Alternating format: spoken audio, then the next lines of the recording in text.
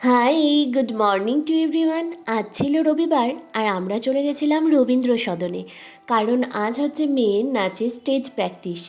আর ছোট থেকে বড় অবধি কতই না স্মৃতি এই রবীন্দ্র সদনে জড়িয়ে আছে।